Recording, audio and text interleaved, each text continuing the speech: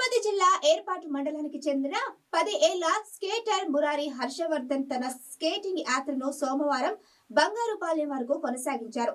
ఉదయం నుంచి స్కేటింగ్ ప్రారంభించిన ఈ బాలుని దారి పొడవునా పలువురు అభినందిస్తున్నారు. ఈ యాత్ర ద్వారా బాల ప్రతిభకు గుర్తింపు లభిస్తోంది.